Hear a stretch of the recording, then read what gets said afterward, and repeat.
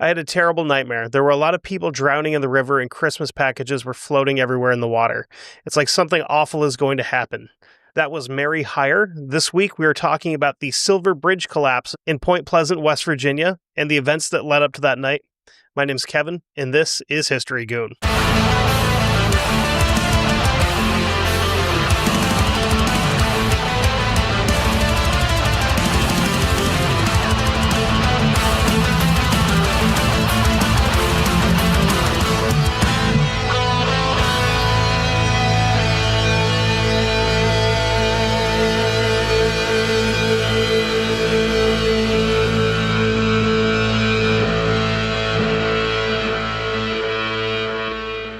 Oh, yeah, we got another another pleasant episode for everybody. This was actually super weird, so hang in there.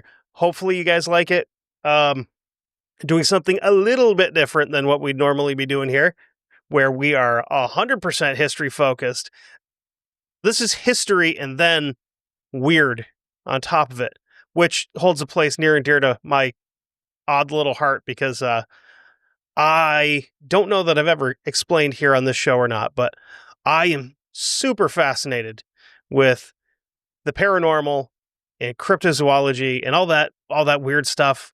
Give me ghosts, Bigfoot, you know, I love that stuff. It's so much fun. So this week we're going to get a little taste of that. And the reason that we're doing this is because it's directly tied to last week's episode with Chief Cornstalk. We're going to start off with our first incident, we'll call it. November 12th, 1966, Clendenin, West Virginia. 5 men are outside after dark digging graves, and they hear something rustling around in the trees.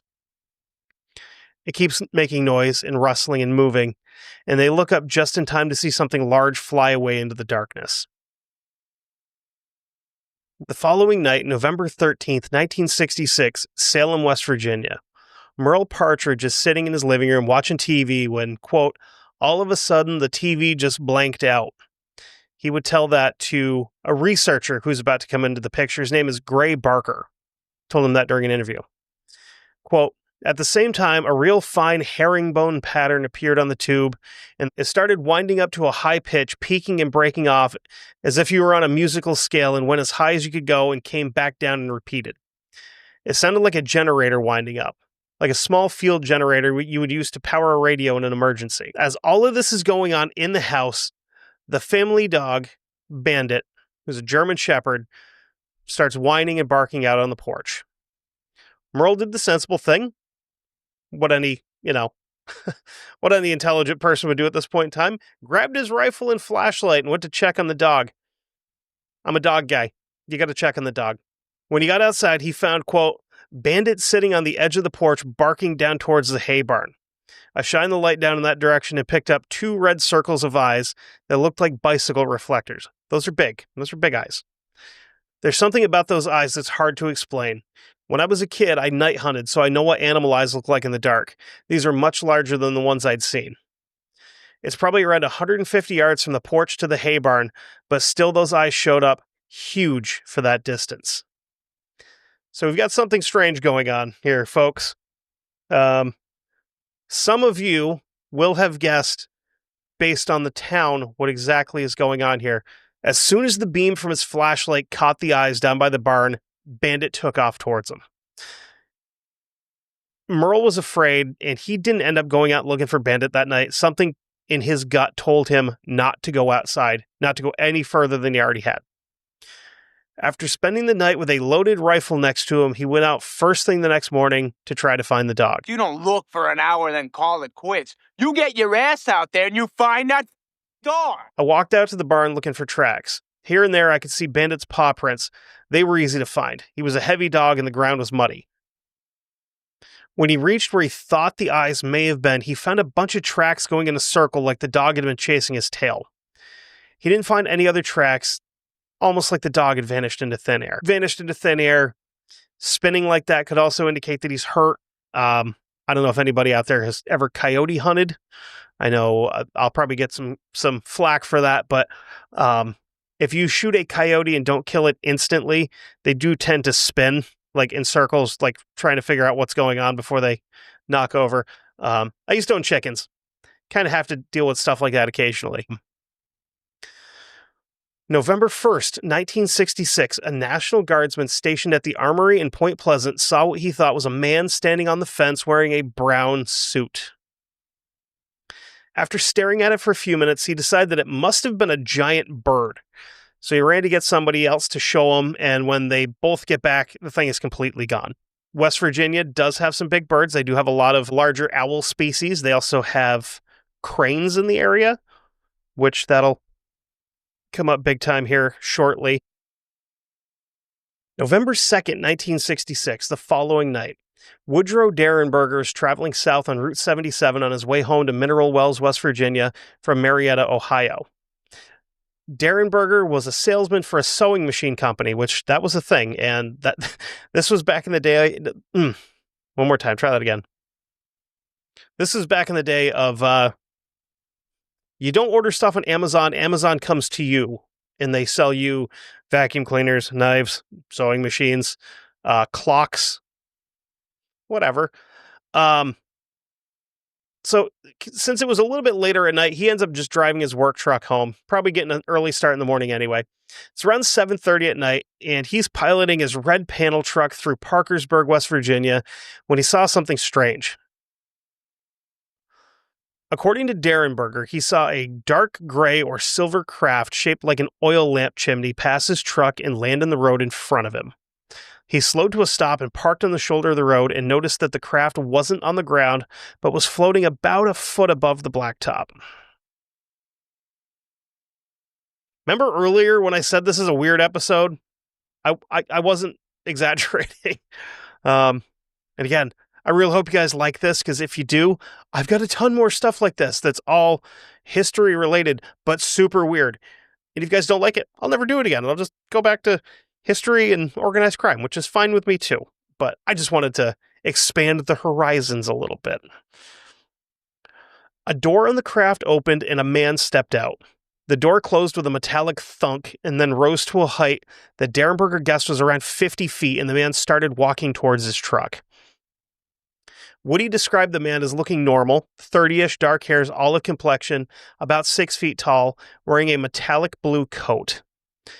He spoke to Woody saying, quote, "Roll your window down, I want to talk to you." He asked Woody his name and told him that he was called Cold. He then pointed towards the light of Parkersburg and asked what it was. He told Mr. Cold that was the town of Parkersburg, and Mr. Cold asked if all the people lived there. Woody told him that yes, people lived there, and it was also a place of business, and he had to pass through there to get home. He thought it was kind of weird how this guy, asked this question, is that where all the people live? No, that's where people of Parkersburg live. It's not where everybody lives, because I can't imagine that Parkersburg is a huge place. Matter of fact, I'm going to do some on-the-fly autistic research. Parkersburg, West Virginia, not Volkswagen, West Virginia. Population. Okay. So Parkersburg, West Virginia, as of 2024, had just about 29,000 people there. It's pretty, for me, that's a big town. The town I live in has, we got 3,000 people maybe. It's pretty not big, my town. We've got a gas station. We got a Subway sandwich shop in that gas station. Then we have a little deli that used to be a gas station, but it's just a deli now. We got a bank. I'm sorry, we have two entire gas stations in town.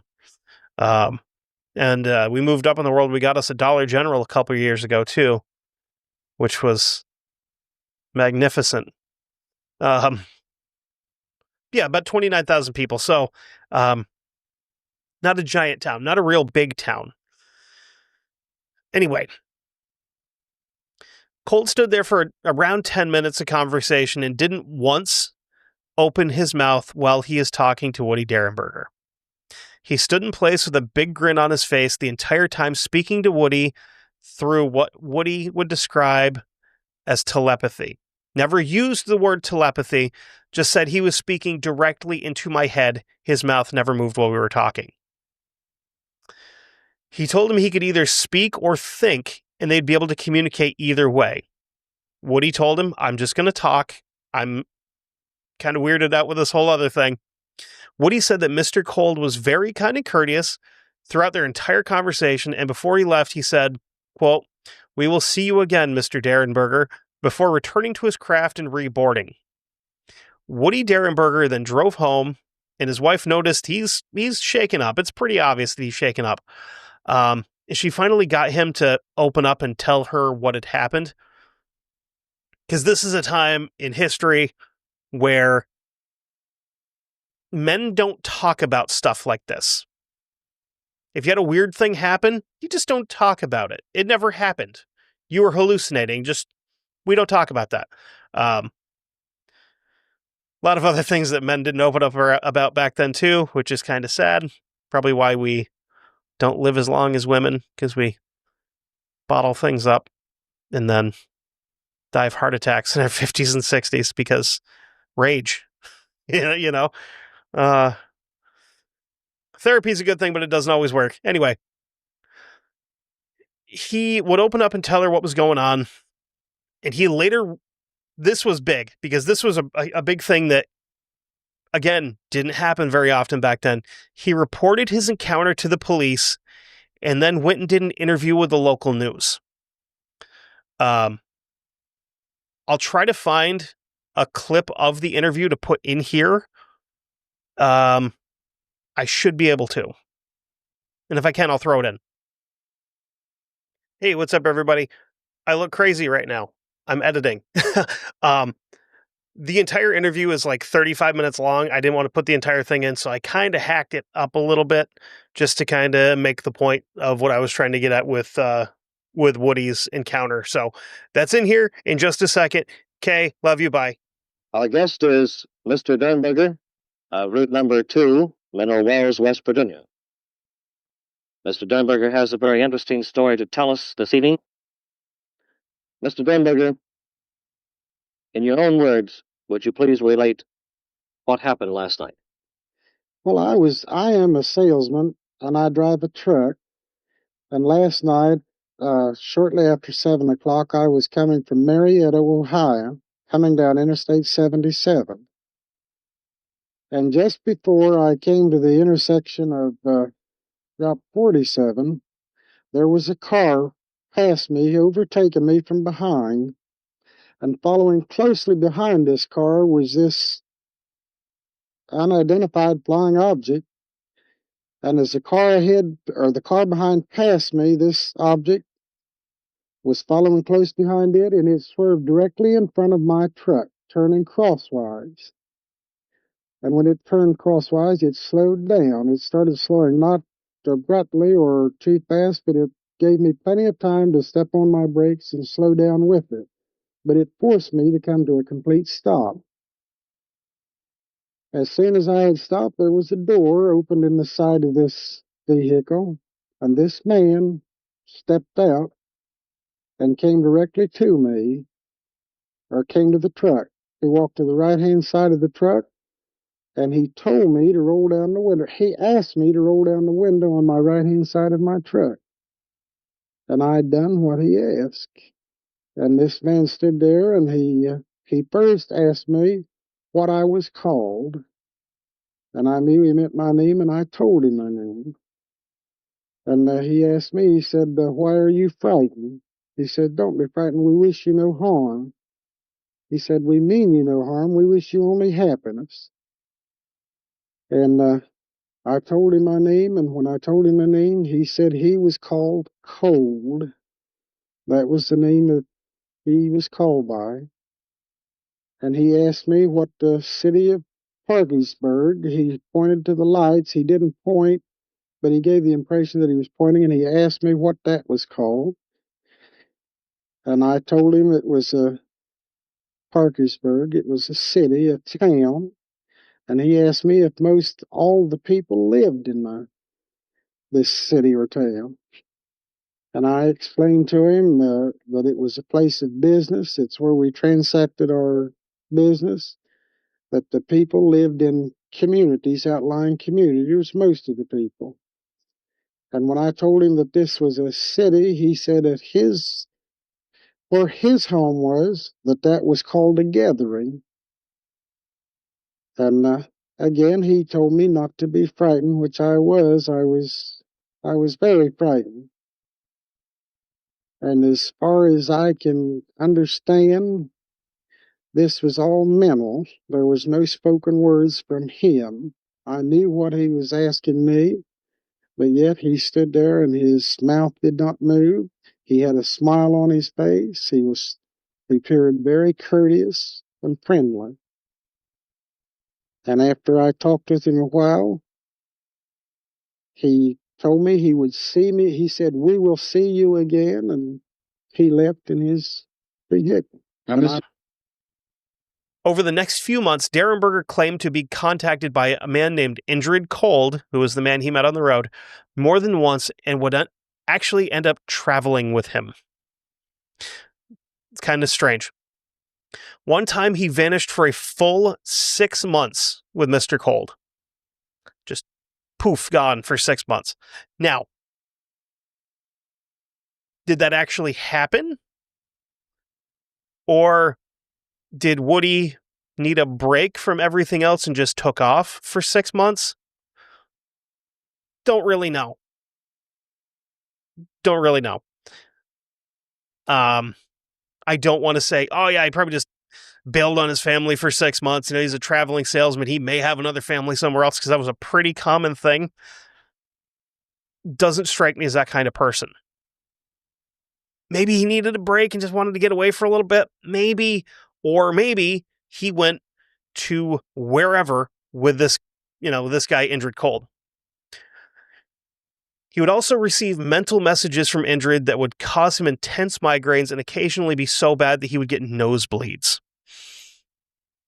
Things got way worse for Woody after he did the televised interview that we mentioned that I'm going to try to chuck in here. After the interview, the Derenbergers would get strange phone calls. Sometimes unknown callers would threaten them and tell Woody to stop speaking about his encounter. Other times it would be just a series of bleeps and electronic sounds when they would pick up the phone, which this is the 60s. That's not real common back then. The strangest part was that these calls would continue even after the Derenberger family had their number changed, which was back in the day, like, nobody had your phone number unless it was in the phone book. And then if you changed it, it didn't change in the phone book until like the next year or whatever, when they put a new one out. With all the media attention and word getting around in a small town, people started flocking to the Derenberger home and hanging out on the lawn and harassing the family. But they were mostly there to try to see if they could witness this Indrid Cold guy showing up. One day, 2 men were hiding in the woods near the house, hoping to see Cold. What they saw instead was a black Volkswagen pull up in front of the house and a strange man exit the car. He was unnaturally tan, skinny, and tall with a clean-shaved head. They didn't think anything of this man, and they left, but Woody Derenberger would never forget his encounter with what most people believe was a member of the mysterious organization called the Men in Black. Okay. Woody's experiences affected not just him, but his family and his close friends. For years. For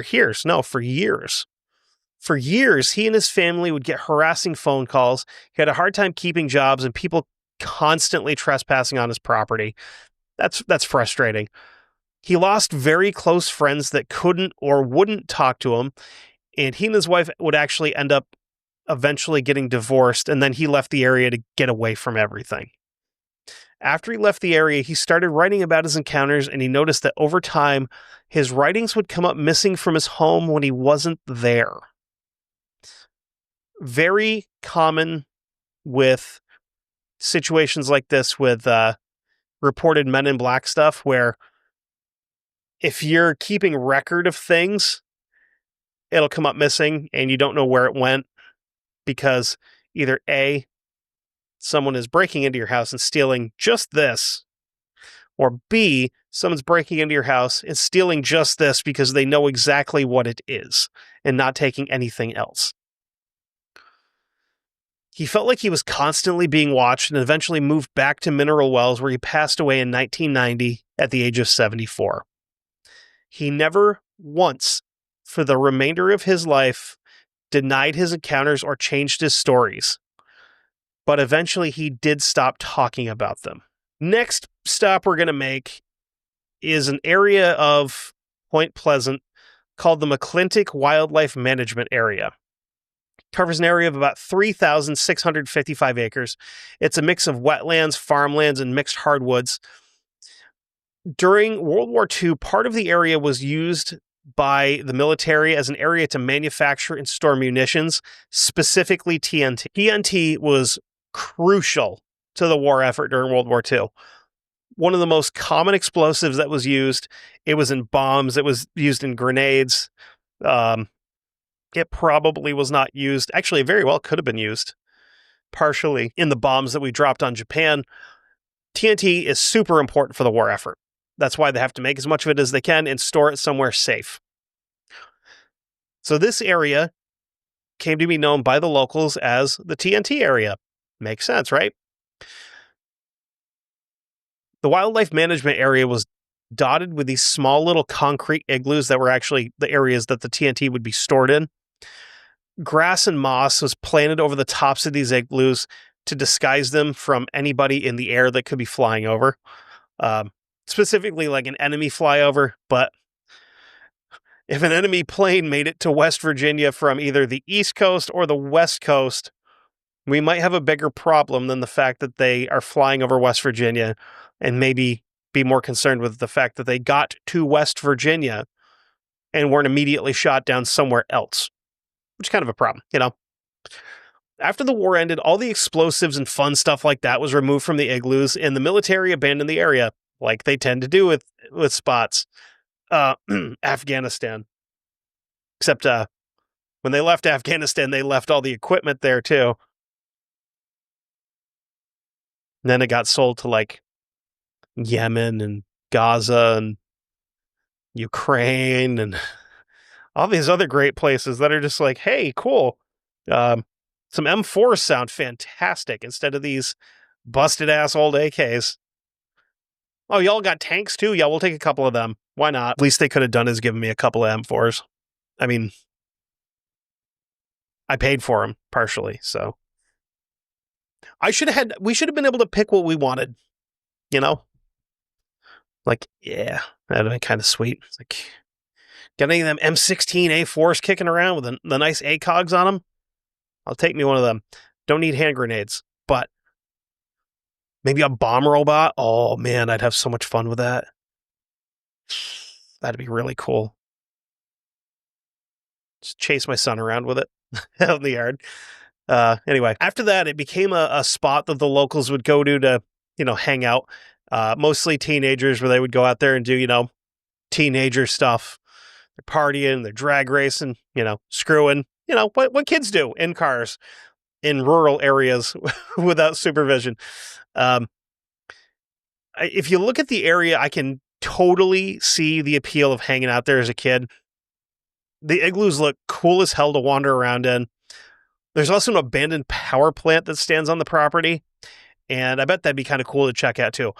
I do like going into like abandoned places, stuff like areas like that. Like I'm not going to go into an abandoned house where somebody might still own it and fall through the floor and break my spine or something. But so with all that being said, I think it's time that I can probably tell you, if you haven't figured it out yet, what we're about to start talking about, and we can get into some of the more detailed sightings of something that would become known as the Mothman. The Scarberry Mallet sightings. This was a really big one in the entire flap of sightings that would happen. November 15th, 1966, Roger and Linda Scarberry took a ride to the TNT area with their friends Steve and Mary Mallet. They were in Roger's 1957 Chevy, pretty hot car. So these are a couple of young married couples, and they're out there to meet up with some of their friends at 11:30. But they get there, they hang out for a little bit, they can't find anybody. The roads are abandoned, and the very few homes among the igloos were all dark.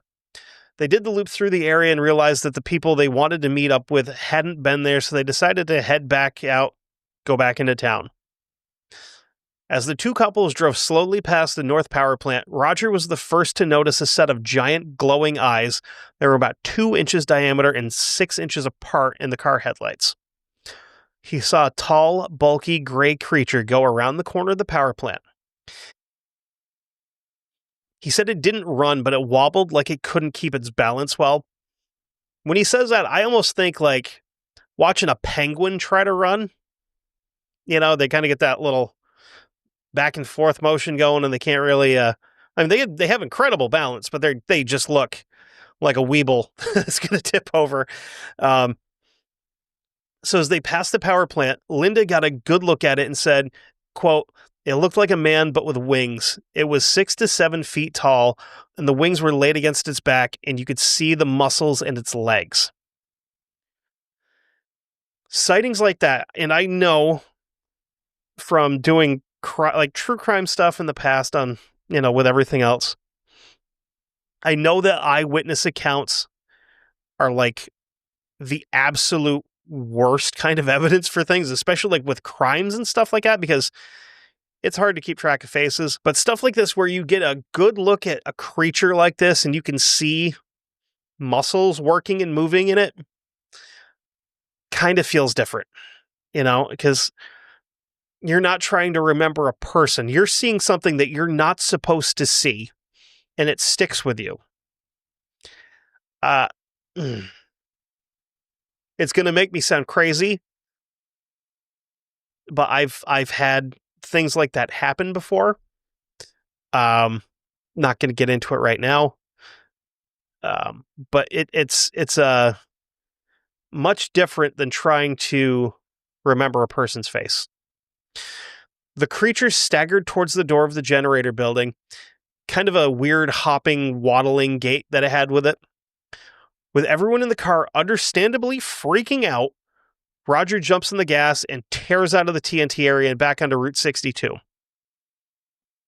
As they sped down the highway, Linda spotted the creature on a hilltop by a billboard, just as they're coming around a bend in the road. The creature spread its wings and took off straight up into the air. Everyone in the car is screaming. Roger's like standing on the gas. They're telling him, go faster, go faster. He gets up to about 100 miles an hour, and the passengers watch this creature gliding back and forth over the top of the car. It's keeping pace with them at almost 100 miles an hour. And when it's flapping its wings, they're slapping against the roof and the side of the car.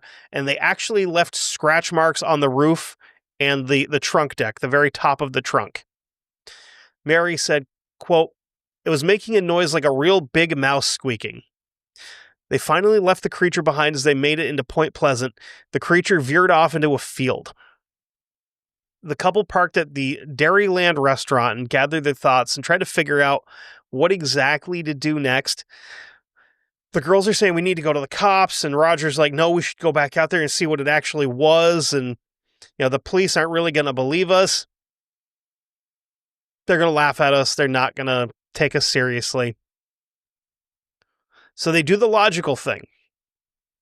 Get back in the car, head for the police station, drive directly past it, and they go back out into the TNT area. As they passed a stretch of road where they had seen it, they saw a large dead dog on the side of the road. You want to start throwing theories around? This is only a couple of days later. Very well could have been Bandit. The Merle's dog there that went missing. Could have also been any other number of random large dogs that could have been missing. I tend to think because that's where my brain goes. I'm like, whoa, it's their dog. It's the dead German Shepherd. So they had seen the dog on their way into town. So when they're taken off out of the TNT area, as they get back to the location of the dead dog, the creature flew back out of the woods and over the car again. After the second encounter, Rogers had it. You guys were right. They whip the car around. They go back into town and they park at Tiny's Diner to calm themselves down enough to go to the police. When they got to the police station, they spoke to Deputy Millard Halstead, which is a fantastic name. That's a dude that could have been around in like Tombstone. The name like that. They described what they'd seen, and as you probably would have guessed, he didn't believe a damn word that they said. He did know that the kids weren't troublemakers. They weren't like the kind of kids that are, drag racing and, whatever people would have done in this like grease ass town.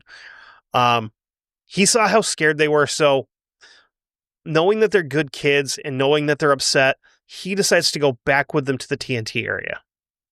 They get out there. He shines his spotlight around. They're looking around the power plant, tree lines. He didn't see anything, but he did reportedly hear a weird like static interference on his radio, which they patrol the TNT area pretty frequently because, again, this is the teenager hangout. This is where people are going out and doing God knows what. The cops are out there. They had never had this interference stuff going on with the radio before this night. So the following day, Sheriff George Johnson held a press conference to discuss the sightings, and someone in the press came up with the name Mothman. This is because at the time, being the, late 1960s, Batman is everywhere. Super popular. You have the comic books. You have the TV series with Adam West that had just started. And that's kind of where it came from. So like, oh, maybe it's Batman. Maybe it's but it was gray, so it looks like a moth. I don't know. Mary Heyer, a local newspaper reporter, would publish the story and interviews in the paper that night for the next day's paper. The same day as the press conference, the Scarberries and Mallets returned to the TNT area in the daylight this time to see if they could find anything. They did find some strange tracks that Roger said, quote, look like two horseshoes put together. So I'm wondering if they're going to be like, because that was the only real description he gave. So I don't know if we'd be looking at like two horseshoes like connected at the ends. It's like a figure eight, or if they were backwards where you'd have like a lowercase u sitting on top of a lowercase n. Didn't really say. Either way, tracks aren't supposed to be shaped like that. Steve Mallet decided to check one of the nearby buildings. The door wouldn't open, so he goes full like action hero and kicks this door open. And he said he saw something fly straight up through the boiler, and that was enough for him. He left the TNT area right then and there and never went back. Can't say I blame the dude. No. So let's move on to our next eyewitness. November 16th, 1966, Marcella Bennett. So this was, let's see here, I got to scroll back up a little bit. So this is the very next day after the Scarberry Mallet initial sighting. So this is the same day that they were just out there where homeboy kicked the door in, sees the thing fly off, and he's like, I'm out, and never went back to the area again. Endless lines of cars cycled through the TNT area, and the grounds were patrolled by armed locals looking to bag a legendary creature. This is kind of like if you go to a bowling alley, and they've got was it like that big game hunter or whatever? You're like looking around, and there's deer, and then all of a sudden there's like a purple lion or something. They're like, oh, I can shoot that. Yeah. Most people didn't notice, but as this was going on at ground level, a large red light is bouncing around the sky over the TNT area. One car full of people did, however, notice it. Raymond Wamsley, wham, and his wife Marcella Bennett and their daughter Tina, who was just an infant at the time, noticed the light. Tina, I mean, let's be real here. As outlandish as this entire story is, you're going to tell me an infant noticed this? Come on, get real. No, I'm kidding. You imagine just like some 6-month-old baby just like in the back, like, mama, pointing at a light. So they noticed the light. They tried to study it to figure out what exactly it was. They noticed it flashing, and Raymond said it was making a humming sound. So they're getting a noise from this light, which light doesn't make noise. Maybe a craft makes noise. Just saying. These people weren't even out looking for this critter. They were headed into the area to visit Ralph Thompson and his wife, Virginia, who were one of the few houses that were actually in the TNT area. He was the superintendent of the Trojan U.S. operation at the TNT area. Trojan U.S. was one of the companies that leased a few of the igloos. And I am assuming they were sending just so many condoms across the sea during World War II. Good golly. A lot of American and Dutch babies, I would imagine. Anyway, his wife, Virginia, claimed to be a clairvoyant of sorts. She'd actually predicted some accidents, like actual car accidents and stuff like that, over the last few years. The Thomases had been out for the night, so when the car arrived, the Wamsleys and Marcella spoke to, 3 of the kids that were there. Like, this is the late 60s. You could just leave your kids home. You got one that's like 10 or 11. That's fine. Yeah, leave the youngins with him. They'll be all right. So while they're standing outside talking to the kids, they heard some shooting off in the distance. And they're like, yeah, whatever. It's West Virginia. People shoot guns off. It's like people freaking out about it up here. Like, it's a Saturday and there's 12 people in town. It's after dark. People are going to go shoot stuff. It's just how we do things. Believe it or not, like, complete sidetrack here. Tangent time. For as much as the state of Vermont is associated with being like hippy dippy crunchy folks, I am 1000% convinced that we are the northernmost southern state that there is, aside from maybe New Hampshire. But, New Hampshire and Vermont have been, we've been connected for a very, very long time. Because, we could go to Burlington, we can go to a Fish concert, we can go look at Bernie Sanders or whatever. Then there's like the other 90% of us that are like, nah, we're going to go out in the woods and walk around and we're going to shoot stuff. We're going to drink a ton of beer on weekends because it's just, there's nothing else to do here. My ex-wife's father-in-law moved up to upstate New York, so not too far from where I am, from Brooklyn in the early 80s, I believe is when he said.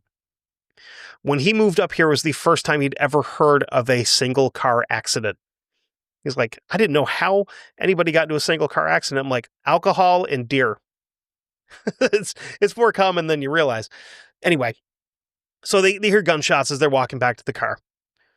Marcella Bennett would tell investigator John Keel in an interview, quote, "It seemed as if it had been laying down. It rose up slowly from the ground, a big gray thing, bigger than a man with terrible glowing red eyes. Now, when she saw this thing, it scared her to the point that she dropped her infant daughter. As a parent, I would have to be like Charmin moment scared to have dropped my child, especially if this is something that I have to run from. The weird part is when she saw it, she couldn't move to pick the child up. She is staring directly at it and frozen solid. Mr. Wamsley picked up the crying child and grabbed Marcella by the arm as the creature unfolded its wings. He rushed them and his wife back into the house and slammed the door and locked it behind him. So inside this house, we now have Mr. Wamsley, we've got Marcella Bennett, we've got their infant daughter, and the 3 kids that live in this house who are the children of his friends are in this place. He heard a sound on the porch and noticed the 2 red eyes glaring in through a window. The women and kids started crying and screaming as Raymond grabbed the phone and called the police. Keep in mind, damn near the entire town is less than a mile away in the TNT area, armed to the teeth, and none of them would have any idea what was going on in that house until they read about it in the papers the next night. When the police arrive, the creature is obviously gone. It wasn't arrested, unfortunately. Sadly, for Marcella Bennett, this is just the beginning. You imagine? You imagine the local cops trying to put handcuffs on this thing? We're going to need another set. You can't get him all the way behind his back. Sir, you need to stop resisting. Then, one of them turns his body camera off and they just beat the piss out of it. Well, all this is going on in Point Pleasant. There's sightings of giant birds, UFOs, and even some more Mothman sightings across the river in Ohio. Now, another thing that's kind of important to think about here is this is an area that had a huge Native American population at one point in time. See last week's episode. Part of some of their cultural myths are these things called thunderbirds, which are giant birds that, we're talking like 100-foot wingspans, that when they would fly over, they could essentially change the atmosphere and cause storms, or the sound of their wings beating together would actually create thunderstorms and stuff like that. Really cool lore to get into if you're into looking at folklore and stuff. But other places around the country were having UFO sightings. Yeah, the USO has been showing up all over the place. Other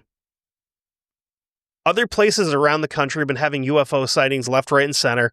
And a lot of these would come with a phone call and then a visit from some very mysterious gentlemen wearing black suits and claiming to be from a special division, quote unquote, of the Air Force. They'd never tell anybody what that special division was. All they would say is, we are from a special projects division of the Air Force, which sounds like some secret squirrel cover-up stuff to me, but what do I know? So let's jump back into the Scarberries again. The week after the incident at the TNT area, they had some strange things happening around their home. One night they're in bed, and they're woken up by the sound of loud beeps and clicks and a loud garbled noise, like a staticky radio, but the speed is different. It doesn't sound like just the radio static. It sounds like that, but faster. Things got so bad that they ended up moving out of the trailer that they were living in and back into the basement apartment of Linda's parents' house where they had initially lived when they first got married. After they moved back in there, they're now not the only ones hearing sounds like this. Another woman was woken up one night by what she thought was her brother-in-law's CB radio making noise. She went to go see if she could shut it off, only to find it silent and locked away in a case.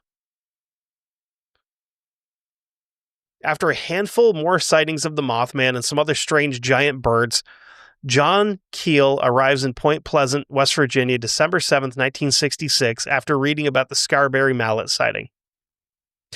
From his own book, I believe the book is called Mothman Prophecies. I'm 100% sure that it is, because I know that that Richard Gere played him in the Mothman Prophecies movie, which is pretty awesome, by the way. Yes, his book was called Mothman Prophecies. So from his own book, The Mothman Prophecies, I'm going to say it a billionth time there, he said that his arrival in town gave the locals some weird feelings. He was an outsider who arrived in town wearing a pressed, clean black suit. In a time where people like this were causing some confusion and generally disturbing the town folks, he could understand why they were upset with his arrival. His first stop would be to visit with Deputy Halstead, the officer that took the Scarberry Mallet report initially. Halstead told him that he thought there was something to all the sightings, and when asked if there had been any other UFO sightings, he said, no, only the bird. And Keel's like, the bird? What are you talking about from there? So he kind of went into a little bit more depth as to what that was. And he goes, oh, okay, I'm going to file that away. From here, Keel would go out to the McDaniel home, where within an hour of introducing himself, the Scarberries, Mallets, Keith and Connie Carpenter, and Mary Heyer all arrived. So we have a big town hall style thing going on, like kind of impromptu in this guy's house. The group sat around talking about all of their encounters and sightings, and all of them told a very similar story. A giant, flying, gray, red-eyed creature had harassed them around the TNT area or elsewhere in town. After he interviewed and recorded each of them separately, he asked them to take him out to the TNT area so that he could see the place for himself. They arrived at the ammo dump at around 9 p.m. and snuck through the locked gate to the power plant. The groups of locals had kind of stopped going out there weeks beforehand and given up on trying to see the creature, and everything kind of like life went back to normal. Situations like this, you always have that initial buzz around everything where we got to go try it, we got to go check this out, we got to check this out. And then after a bit, it kind of peters out. Kind of like the news cycle. Except the news cycle goes a lot faster, where it's like the next day, something different happened. The group of 10 gathered outside the door of the plant, flashlights in hand. There was a noticeable feel of nervousness in the group. Keel was used to kind of creeping around places like this in the dark alone, but the rest weren't. Keel, Connie, and Keith were the only ones willing to enter the plant. The inside was silent except for a water drip from somewhere deep in the plant. Try it again. After searching the plant top to bottom, they made their way towards the exit. As Connie stepped into the doorway where the main exit was, Connie gasped and screamed, quote, "The eyes, there they are."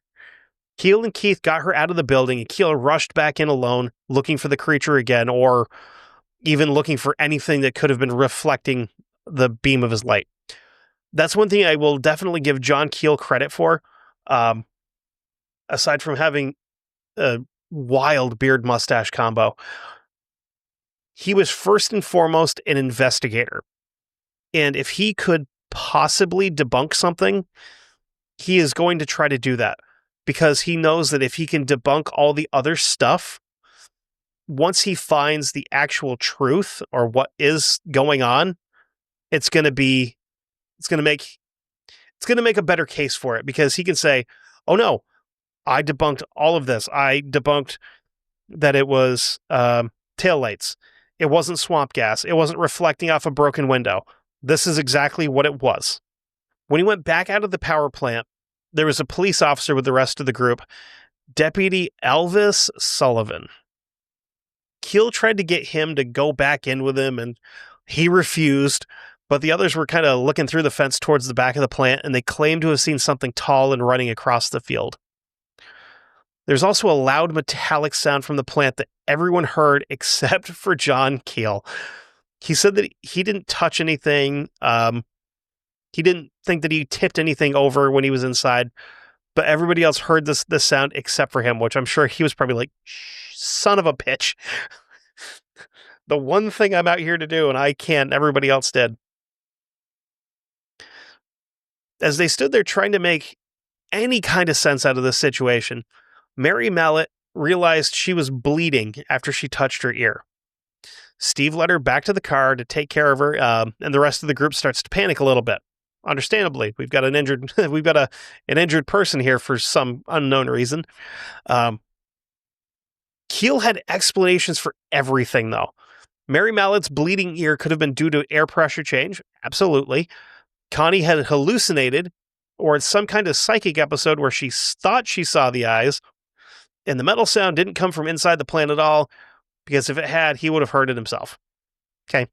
Like I said, he's got a very healthy sense of skepticism when it comes to stuff like this, which is why he is the way he is, because he needs to be skeptical about everything until he can prove, like it just said, this is what's going on. After going back to the McDaniel home, the group dispersed for the night, and Keel went back and drove around the TNT area again by himself. He has no luck with seeing anything on his own. He did have one kind of strange experience. As he rounded a corner near one of the igloos, he got a feeling of dread, which is a weird thing to get. Kind of like that being watched and like, like something bad's going to happen kind of feeling. So he stepped on the gas to go faster to get out of the spot. After a minute or so, the feeling starts to pass. because he's a scientist and, we gotta do this again.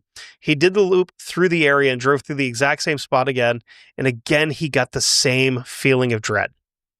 After driving off at speed, he decided to try again and see if he could notice anything that may have caused it. He drove much slower through the area and he felt it again. But this time, instead of continuing to drive, he stopped once he felt better. He stopped the car and walked back towards what he was referring to as, quote, the zone of fear, which is fantastic. He felt fine, and then he took one step too far. He stepped back into the zone, starts to panic, but forces himself to stand his ground. He looks around, and he figured that he was probably moving through a beam of ultrasonic energy, whatever that is. I do know that there's something called infrasound that a lot of large predators can make, like tigers and stuff like that. It's almost like a rumbling that they can do where you don't necessarily audibly hear it, but you feel it. And that may possibly be what he's dealing with here. He stepped back outside the zone again and then once more to get back to his own car. The last trip through, he got the feeling worse than ever, and he actually considered staying there, just yards away from his car until daybreak. No, you couldn't have, no. Like, I like this stuff. I wouldn't have stayed out there overnight by myself. Not a chance. He finally got himself out of the zone and back to his vehicle. He returned the next morning and found that nothing that would have caused this feeling in the zone of fear or anything in the power plant that he thought that Connie could have mistaken for this Mothman. The same day as his daytime visit there was a series of UFO sightings on the Ohio side of the river, one of which was a cigar-shaped craft with what looked like crumpled foil on the windows.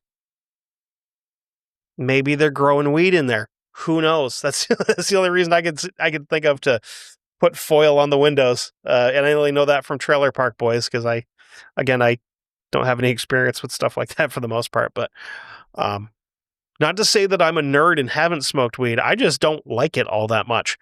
I get panicky and I have to like put my breathing on manual.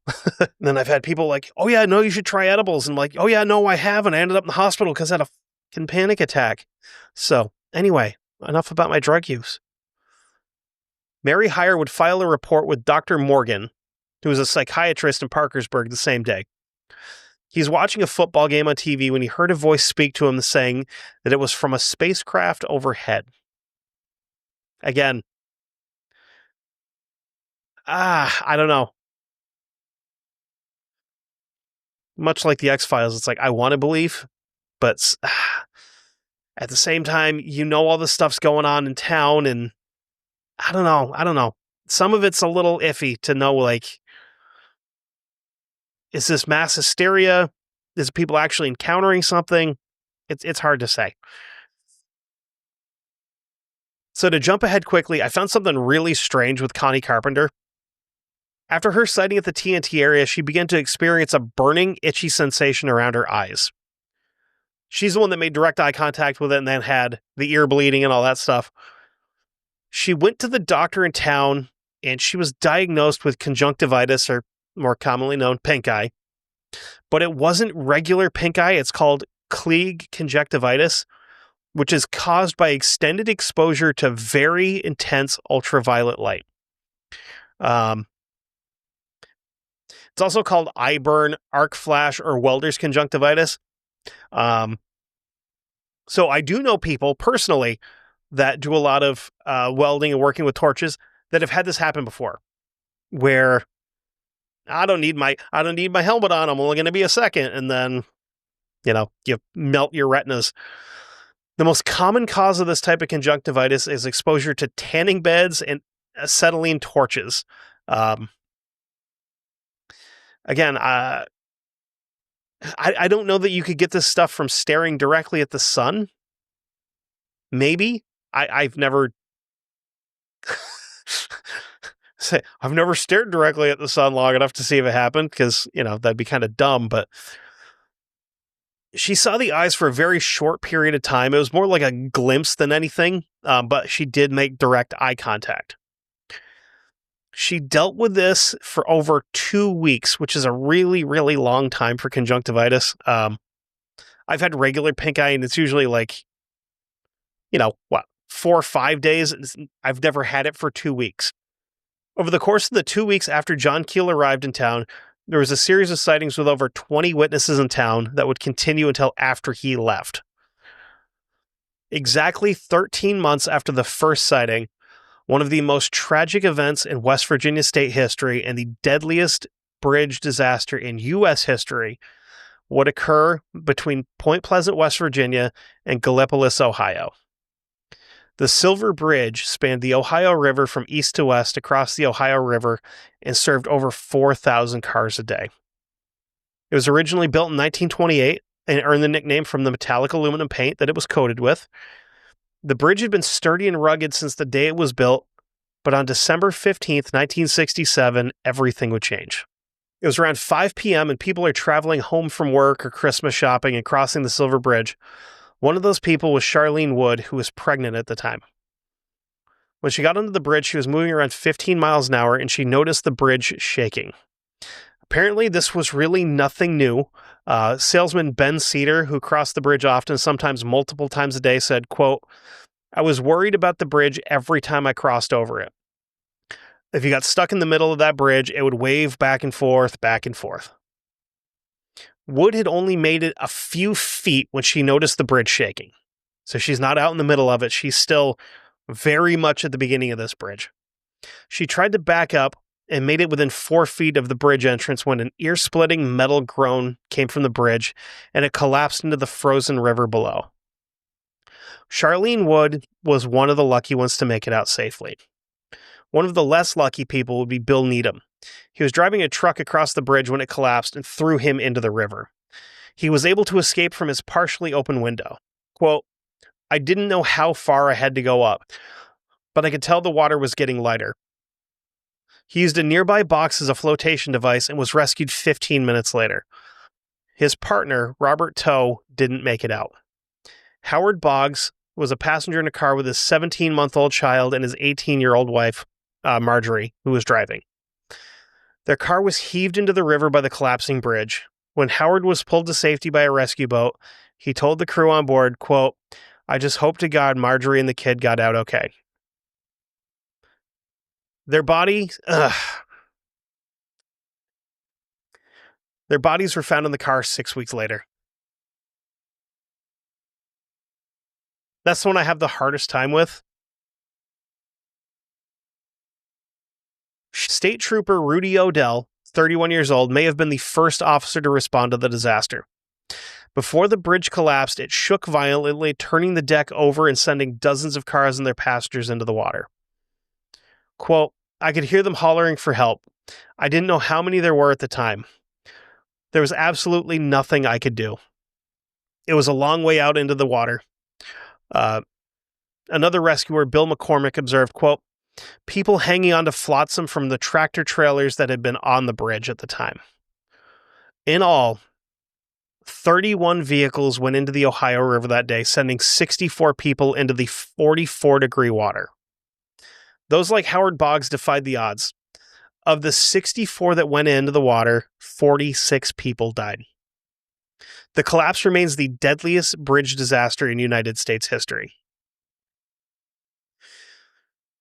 President Lyndon B. Johnson released a statement saying, "All Americans were, quote, shocked by the cruel tragedy and loss of life."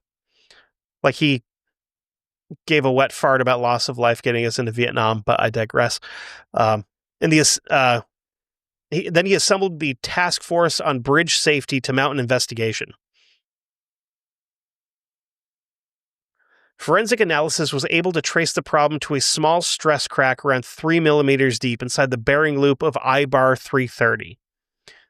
The crack had grown around an impurity in the steel and had been aggravated by the elements and the natural movements of the I-bar along the pin over the 39 years of the bridge's life. The I-bars were long steel plates 2 inches thick with a 12-inch face and ranged from 44 to 55 feet in length. The ends of the I-bars terminated in loops, allowing 11-inch pins to join them to the next I-bar section. So it's super easy to picture. It's just a long bar with like rounded heads on the end with holes in like eyelets in the bar itself, so that you can connect two like spans together. Kind of like the pieces of a bike chain. Picture it like that. They also bore the hanging weight of the vertical supports that held up the bridge deck below. While other successful bridges have used I-bar chain suspensions and incorporated many different kind of fail-safes and redundancies, at the time, the nearest model to the Silver Bridge was a single and now decommissioned bridge in Florianopolis, Brazil. So that's a minute away.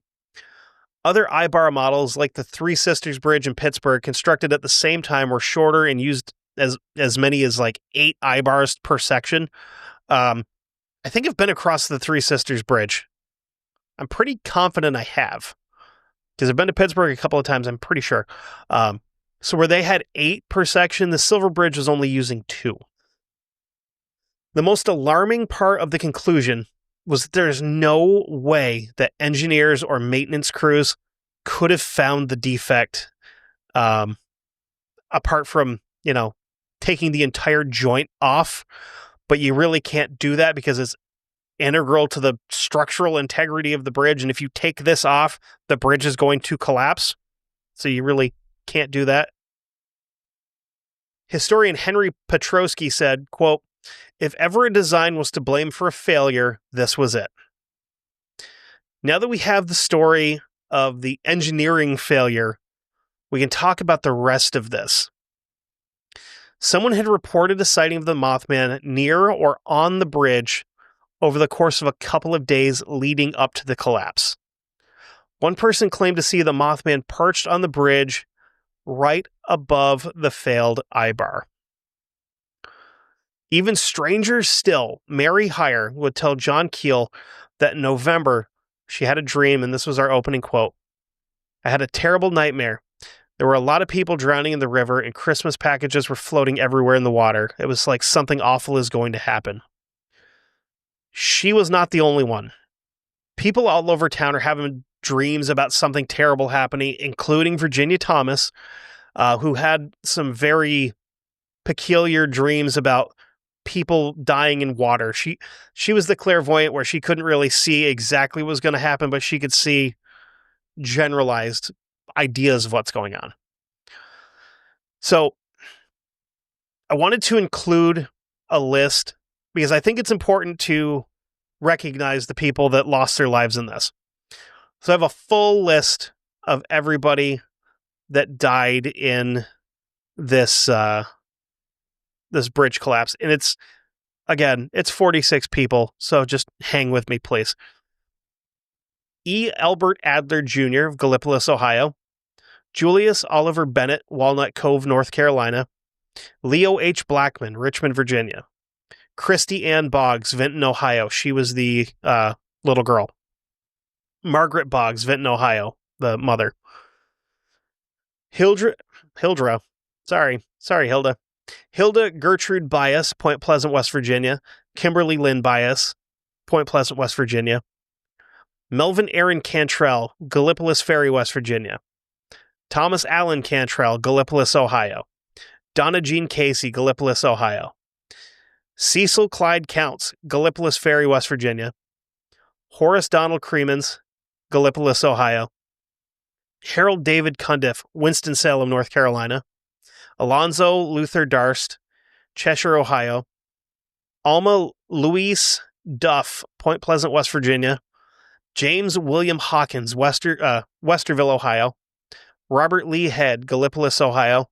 Forrest Raymond Higley, Bidwell, Ohio. Alva Bernard Lane, Gallipolis, Ohio. Thomas Howard Lee, Gallipolis, Ohio.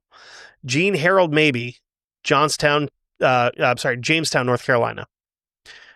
Darlene K. Mays, Canoga, Ohio. Gerald McManus, South Point, Ohio. James Richard Maxwell, Gallipolis, Ohio. James Franklin Meadows, Point Pleasant, West Virginia. James Timothy Meadows. We have 2 James Meadows, Point Pleasant, West Virginia. That's odd. I kind of forgot about those guys. Wondering if they were brothers and they went by a middle name or something.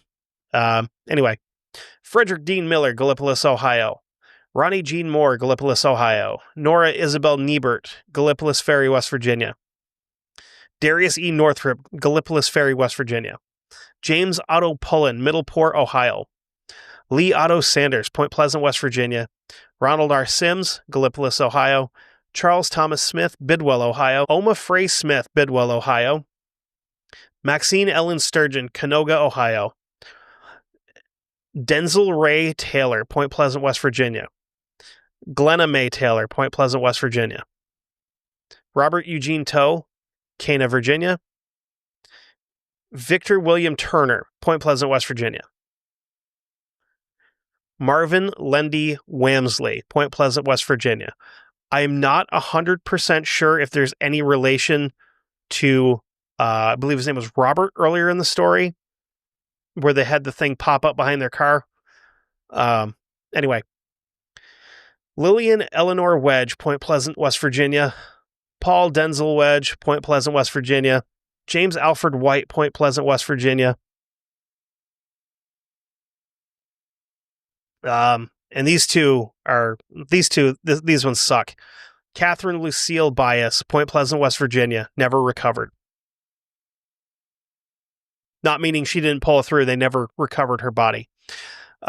Maxine Rose Turner, Point Pleasant, West Virginia, also never recovered. So, you probably noticed that a lot of those had the same last names. And that's got to be rough to, I mean, duh, obviously. Families are decimated like that close to Christmas because of this.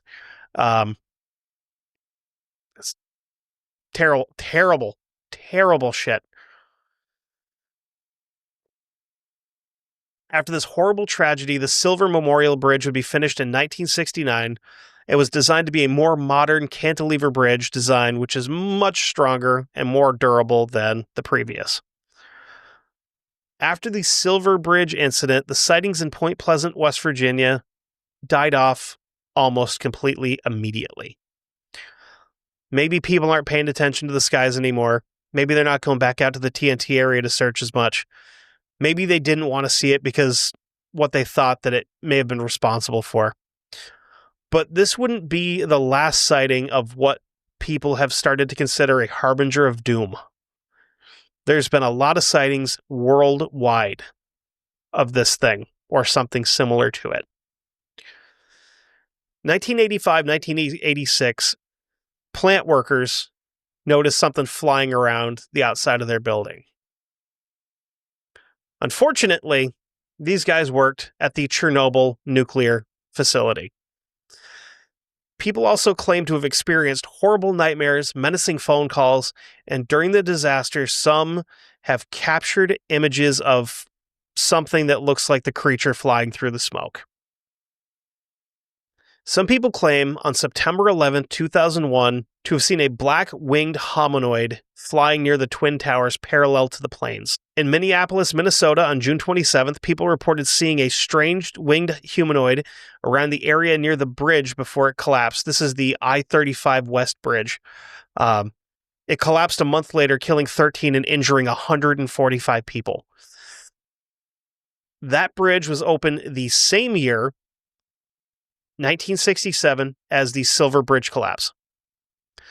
Two witnesses, Angela Mendez and Viviana Ledezima, experienced pure terror as they heard the creature's screeches emanating out of an apple orchard near a cemetery in Mexico. This was about a week before the 2009 swine flu epidemic kicked off. Marcus Pools, an American visitor to Japan, claimed to have heard a horrible high-pitched sound and whoosh, and then saw a creature that was much like Mothman near the Fukushima power plant that experienced a disaster March 11th, 2011. So, with all that being said, I think it's time to get down to what people think this thing could be, right?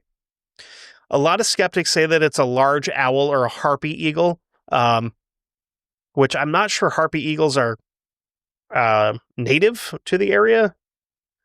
I'm pretty confident they ain't, but harpy eagle territory. No, harpy eagles are native to southern Mexico, northern Argentina, and Central America. And yes, it's a big, scary ass bird, like 100% of the time. 100%. Giant, scary ass bird. Other people think that it's a giant owl, which, I mean, again, West Virginia has owls. The most common creature blamed for the sightings is the sandhill crane, which can grow to be 3.5, 4.5 feet tall, and it weighs about 10 pounds, and it looks exactly like a crane. So it's not really, if not Mothman, why not Mothman shape, you know? Another fun fact with the sandhill crane, it's often referred to as the ribeye of the sky because apparently it's good eating. Never had it, wouldn't turn it down if I was offered, you know, because I like to eat. So now let's get into some of the more exciting explanations for what this could be. Obviously, aliens. And this is actually not too far from where some kind of an alien being in a suit or a really oddly shaped creature would be seen in Braxton, West Virginia, about 15 years previous to this. My personal favorite, a bird that had been mutated by the chemical runoff from the explosive factory in the area. Again, thunderbirds. We spoke about that earlier. And actually, I forgot to mention, they were actually also sometimes seen as like a harbinger of tragedy with some cultures, but not always. Could possibly be an angel sent as a warning of an upcoming tragedy. Could possibly be a demon sent to cause said upcoming tragedy. Another one, this is a really strange one. I don't know a whole bunch about stuff like this. Some people say that it could be a tulpa, which tulpas are thought form entities that people believe they can create by focusing energy into a thought of something. I don't really know exactly how those work. I've never done a lot of looking into that. But I can tell you that I have been through this area of West Virginia a couple of years ago. We went to Tennessee to visit some family. And I made a special trip on the way home to go through said part of West Virginia. We went to the Mothman Museum, which is fantastic. There's a lot of really cool stuff there. They actually have the recovered failed I-beam in the museum as well.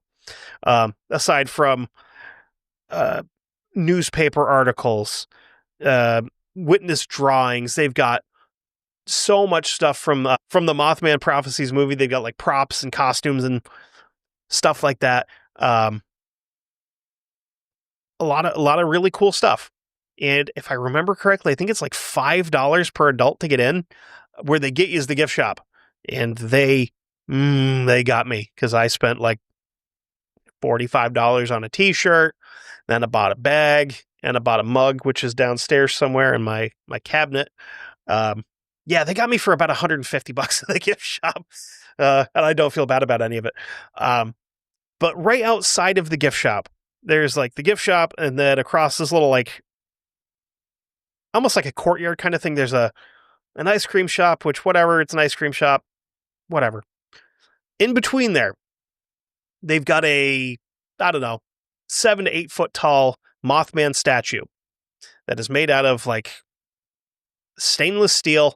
It is incredible to look at. You have to go check it out. Highly recommend it. But, and I say but, when you go there, you're supposed to rub his ass cheeks for good luck. And I rubbed his ass cheeks. And I've not had good luck. I mean, I've had some good luck, I guess. I mean, I got this going, right? And then from there, to get to where we need to go to come home, we have to cross over in Ohio. And we went across the new Silver Bridge. And it's not a very long bridge. I mean, you go from one side of it to the other in, a minute and a half, 2 minutes. You're going across the Ohio River, which is pretty big. I white knuckled the steering wheel in my at the time wife's car the entire drive over. And she's like, why are you so nervous? You haven't been nervous this whole trip. I'm like, because this is the only thing this entire trip that I've been nervous about is going across this fucking bridge. Because, because with my luck, it'll just like whoop, upend again while we're on it. It didn't, obviously, thankfully. But yeah, so that's the Silver Bridge collapse, which I think we kind of took the long way to get to by talking about all the Mothman stuff, but it had to be done because I can't just talk about the bridge collapse and then be like, oh yeah, and then people were supposedly seeing a flying person, some demon alien thing that's floating around and giving people pink eye and whatnot.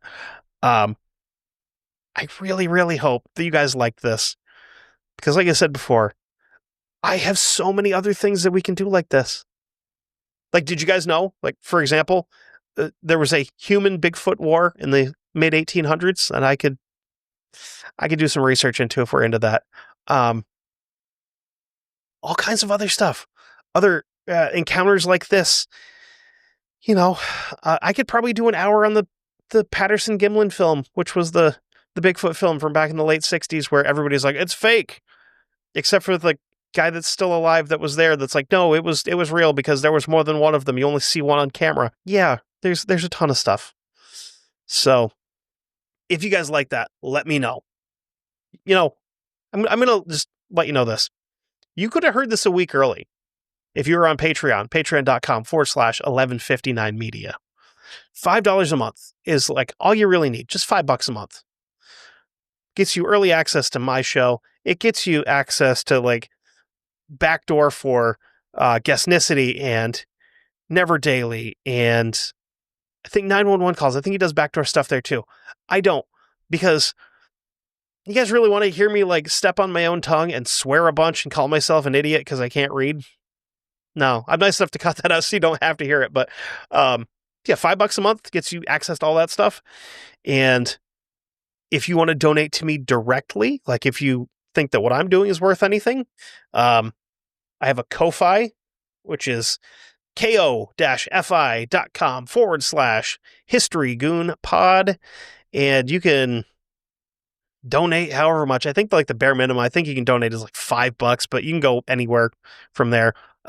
If you want to. I'm not going to like, not out here rattling my cup, because that's not who I am. But if you think that I'm doing a good job and you want to say, hey, you're doing a good job, throw me $5. That's awesome. So I can't really end it the way I usually do. You know what? We're all going to die someday. Go out and do some goon shit. Leave a mark, just like the Mothman. Bye.